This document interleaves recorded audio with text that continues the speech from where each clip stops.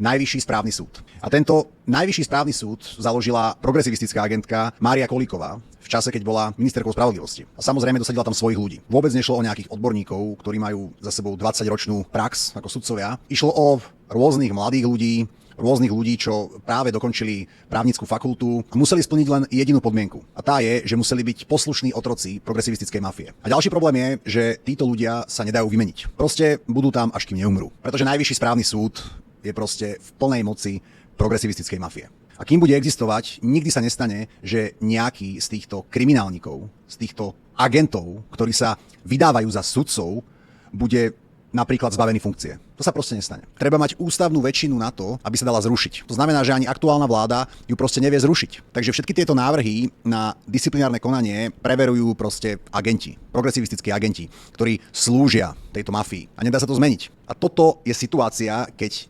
progresivisti ani len nevládnu.